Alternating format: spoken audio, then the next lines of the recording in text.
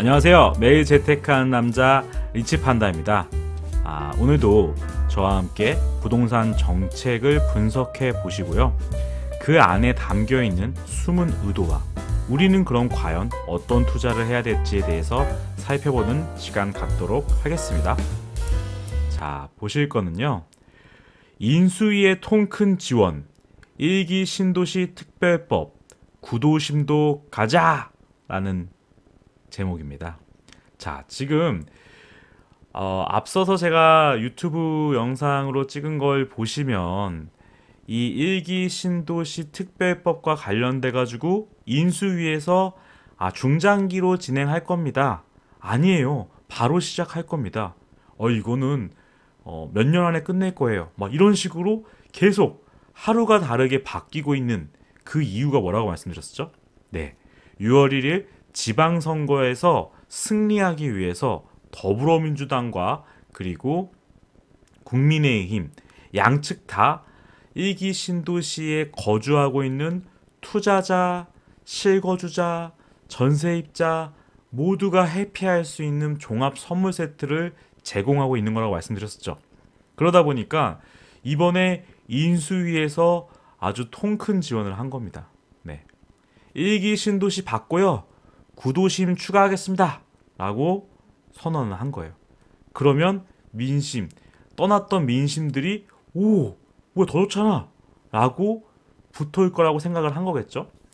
근데 저는 이걸 딱 듣고 나서 거의 멘붕에 빠졌어요.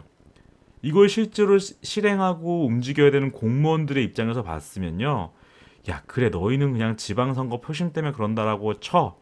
근데 지방선거 끝나면 어떡하려고 하는데? 그리고 너희들 인수만 하고 이제 갈 거 아니야. 뒷수습은 그럼 누가 하라는 거야? 라는 형태로 실무자들은 생각할 수 있지 않을까요?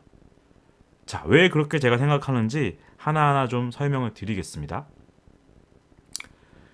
지방선거를 위해서라면 통 크게 한 방 보낸 거고, 이 안에 깔려있는 저희는 일단 이기고 봐야지.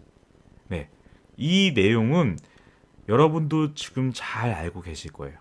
윤석열 대통령의 부동산 관련된 공약, 그 공약이 지금 어떤 식으로 추진할까에 대한 것들을 고민하고 있는 단계에서 벌써부터 삐걱대고 시작하기도 전에도 이거는 현실적으로 좀 어려울 것 같습니다 라고 이야기를 하고 있거든요.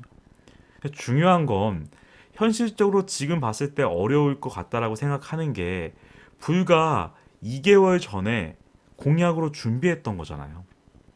현실적으로 어려울 것 같은 거고 어렵다고 생각이 되면은 공약 안에 넣었으면 안 되는 거죠. 근데 왜 넣었죠? 이겨야 되니까. 지금 똑같은 시장이 연출이 되고 있는 거예요. 일단은 모르겠고 일단 이기고 봐. 그래서 지금 이렇게 좀 무리수가 나온 거라고 생각이 되고요. 자, 보시면 무슨 이야기인데 너가 그렇게 열폭하면서 이야기하고 있어? 라고 생각하실 것 같은데, 1기 신도시 특별법 적용 대상을 확대를 시키는데 각 시, 즉 성남, 고양, 안양, 군포, 이렇게 부천까지 다 같이 적용을 시킨다는 거예요. 근데 이렇게 되면요, 확대하기 전에 1기 신도시에 해당하는 특별법을 적용받는 수혜 대상이 27만 7천 가구였던 부분이 확대된 이후에는요, 무려 82만 8천 가구로 엄청나게 늘어나게 돼요. 근데 이걸 단순하게 공급이 부족합니다 이런 관점으로만 본다고 하면 와 잘했네, 공급 팍 늘릴 수 있겠네 라고 생각을 할 수도 있겠지만, 이 해당 관련된 부분에 대한 인프라라든지 환경이라든지 이런 것들이 해당 지역은 완전 고밀 개발을 하게 된다라고 했을 때는 여러 가지로 연계돼서 힘들어지는 부분들이 많이 발생할 거예요. 근데 그거는 그거 둘째 치고 그거는 잘 개발하면 되겠죠. 사실은 용적률을 높인다고 하는 거는 용적률을 높게 올리고 그 인근에는 녹지로 만들 수도 있는 거니까요. 그래서 어떻게 개발하기 나름이라고 생각은 할 수 있겠지만, 반면에 이 해당 지역, 일기 신도시 외에 있는 지역들까지 포함을 시키게 된다라고 하면은 이게 일기 신도시를 배려하기 위해서 시작했던 부분이 배려가 아니라 특혜로서 생각되어진다라는 거죠.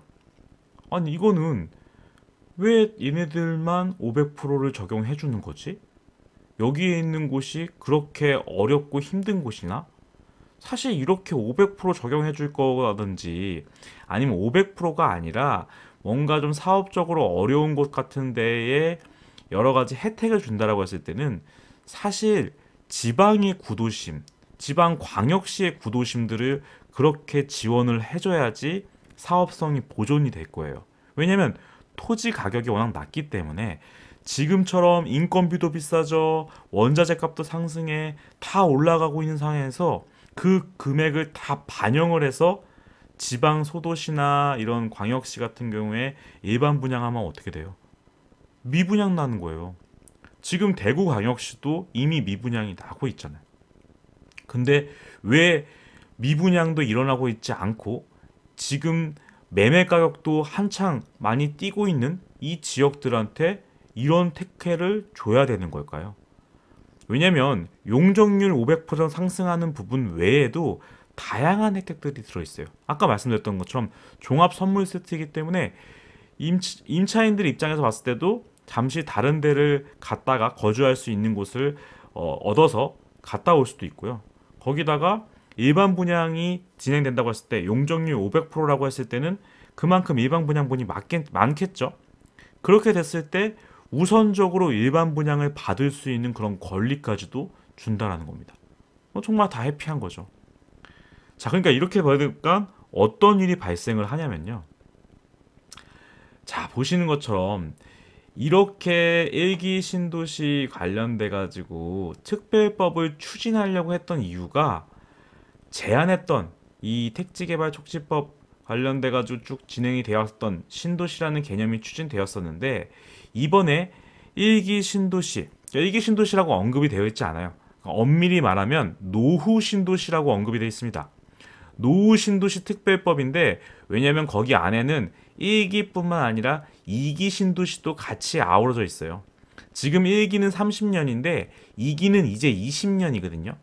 그리고 이 입법 법안을 자세히 살펴보면은 해당 지역이 25년 이상이 됐을 때는 이런 것들을 좀 진행할 수 있게끔 고려한다라고 되어 있기 때문에 지금은 1기 신도시지만 앞으로 몇 년 뒤에는 2기 신도시도 해당 사항이 발생을 할 겁니다.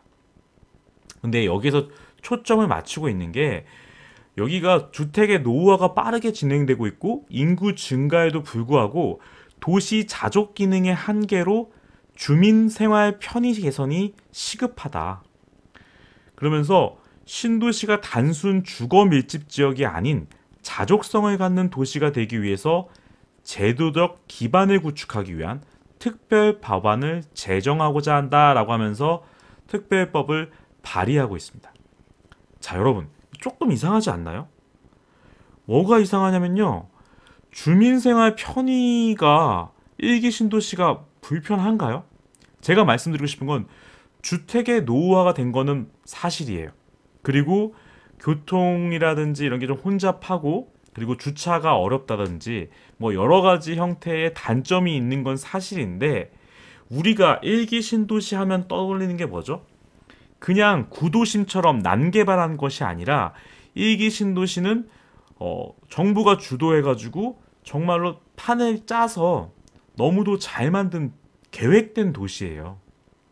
그렇기 때문에 뭐 지금 소위 말하는 우리가 일산, 뭐 분당 이런 데 같은 경우가 아이 키우고 자녀 키우거나 생활하는데 그 환경 내에서 생활하는데 불편을 느끼는 분들이 많나요? 아니면 그 편의시설, 그 생활 인프라가 너무도 좋아서 주택이 낡았음에도 불구하고 다른 지역에 이사가지 않고 그곳에서 계속 거주하는 분들이 많나요?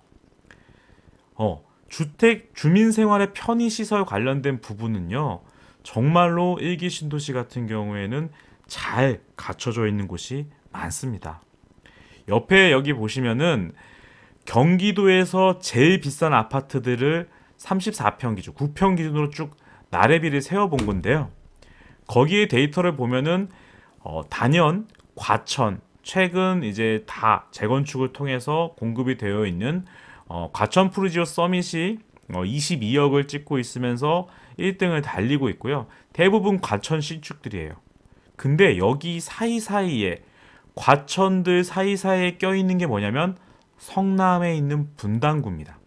즉 1기 신도시가 위치해 있는 곳인데 이 20억 넘어가는 이 20억 클럽에는 이 1기 신도시가 아니라 2009년도에 입주한 뭐 백현 2단지 휴먼시아, 백현 5단지 휴먼시아 같이 이 분당권이 아니죠.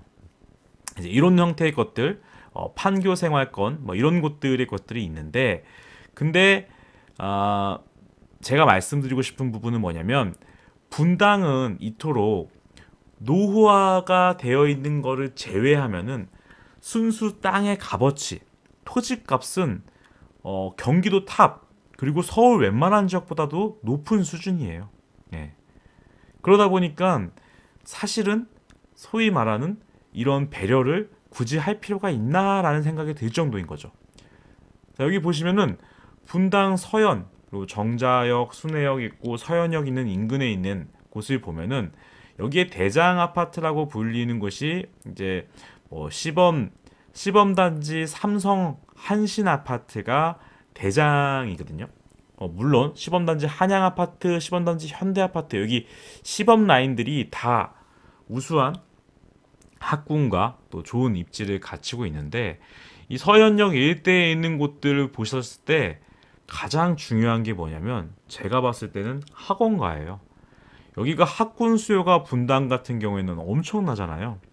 그렇기 때문에 학군이 받쳐주는 지역이기 때문에 매매가가 높은데도 불구하고 전세 가격도 1기 신도시 그 날뛰날근 아파트를 거주하는 데 들어가는 전세 가격도 높게 형성되어 있을 정도로 이곳은 거의 탑티어급의 입지를 자랑하고 있죠.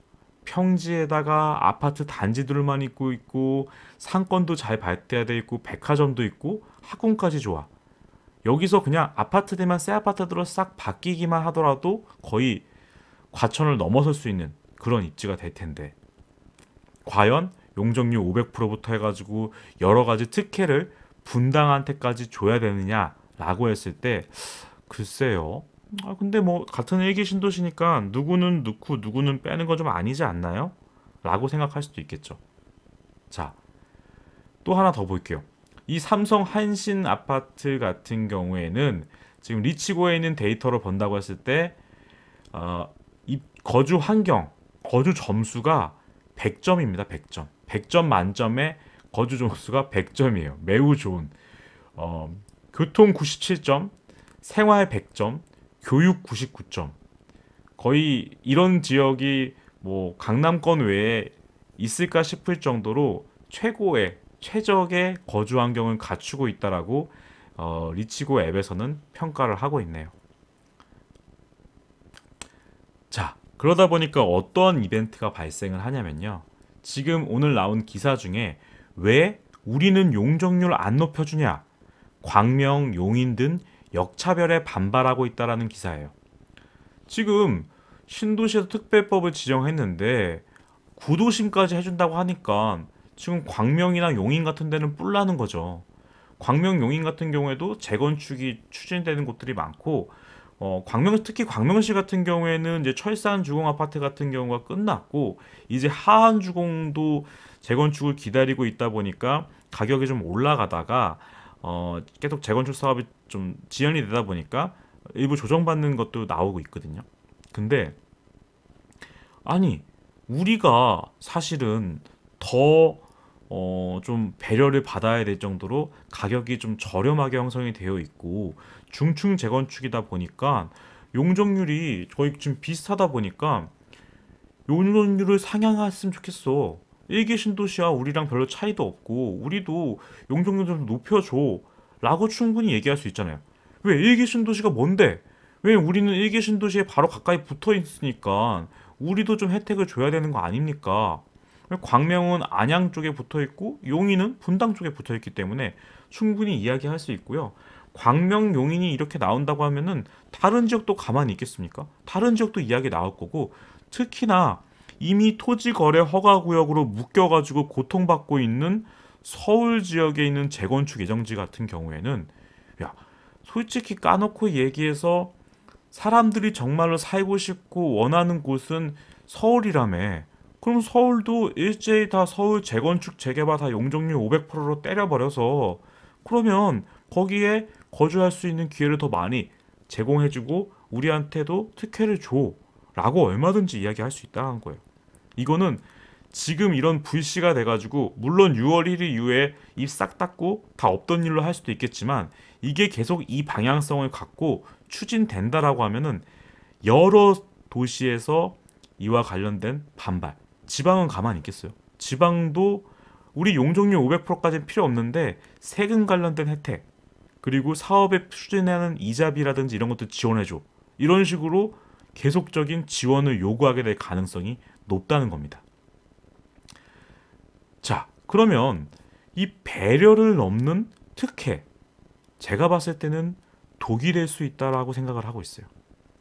사실 지금 광명과 용인시에서 제시하고 있는 의견이 틀린 말은 아니지 않나요? 그럼 이게 틀린 말이 아니라고 했을 때, 우리가 상식적으로 봤을 때 조금 인정할 수 있는 부분들은 뭐 3번이라든지 뭐 중동이라든지 뭐 이런 형태의 것들은 좀 괜찮을 것 같아요. 하지만 적어도 야, 분당까지 혜택을 주는 건 좀 아니지 않아? 라는 것들이 소수의 의견이 아니라 절대 다수의 의견으로 바뀔 수 있어요. 혹시라도 뭐 인수위에 있던 사람 중에 누군가가 분당에 있는 구도심, 중원구나 수정구에 아파트를 보유하고 있거나 재개발을 보유하고 있었다고 하면은 정말 대서특필될 수도 있는 거죠. 니네 거 잘해 먹으려고 구도심까지 포함시켰느냐라는 이야기가 나올 수도 있고요. 이게 이슈화되고 장기화된다고 했을 때, 왜냐면요, 구도심 관련된 카드는 지금 더불어민주당에서 이야기 나온 것이 없어요. 근데 이 구도심 관련된 카드가 갑자기 입 싹 닦는 것이 아니라고 하면은 6월 1일 지방선거 결과와 관계없이 계속 추진하고자 할 텐데, 만약에 더불어민주당에서 경기도지사가 당선이 된다라고 하면요, 이 정책과 관련돼 가지고 심하게 부정적인 의견을 보일 수도 있을 거고, 오히려 이 분당과 관련된 부분에는 다른 지역으로의 그 반발로 인해 가지고 사업 시행 자체가 늦어질 수 있어요. 네. 그런 부분을 염두를 한다고 봤을 때는, 한편으로 봤을 때는 이렇게 핫해지고 서로 지방선거를 위해서 서로가 서로한테 자 퍼주기 식으로 계속 선물 세트를 주는 게 오히려 그 선물을 가장 많이 받아먹을 수 있었던 분당, 성남에 있는 분당에게는 오히려 독이 될 수도 있겠다라는 생각이 들었습니다. 자, 오늘 제가 분석해드린 정치적 정책은 여기까지입니다. 하나의 정책이 나온다고 했을 때 지금은 매우 혼란스러운 시기예요. 어디로 튈지도 모르겠고 자고 일어나면 바뀌어져 있고, 그래서 심지어는 언론사들마다 부동산 관련된 정책을 집중적으로 연구하고 다루는 것이 아니라, 다른 지역 같은 경우에는 이미 이와 다른 기사가 나왔음에도 불구하고 어제자와 관련된 내용을 기사화하는 그런 소형 언론사도 있습니다. 그렇기 때문에 여러분들이 기사를 볼 때도 집중해서 똑바로 보고 보셔야 돼요. 그래야지 여러 가지 변화가 대응할 수 있는 거고요. 제가 한 가지 말씀드리고 싶은 건, 되게 복잡하고 머리 아프시죠? 중요한 부분은요, 일희일비할 필요 없어요. 제가 봤을 때는 지금 6월 1일 전까지 매수, 실거주 관점으로 급매물을 매수하시려고 하시는 분들이라고 하면은 매수할 수 있는 타이밍이지만, 투자적인 관점으로 본다라고 했을 때는 정책이 안정화돼가지고 방향성을 잡고 진행되는 걸 봐가면서 투자하셨으면 좋겠습니다. 오늘도 함께 해주셔서 감사하고요. 우리 또 만나요. 감사합니다.